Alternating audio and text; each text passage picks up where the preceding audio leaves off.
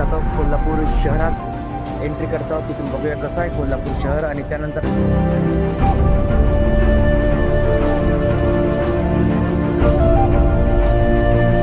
कोल्हापूर शहरातल्या या शाहू महाराज ज्यांनी वास्तव्य केलं आणि जो वाडा बांधला राजवाडा त्या शाहू पॅलेसमध्ये, तर आपण बघूया कसं आहे ते.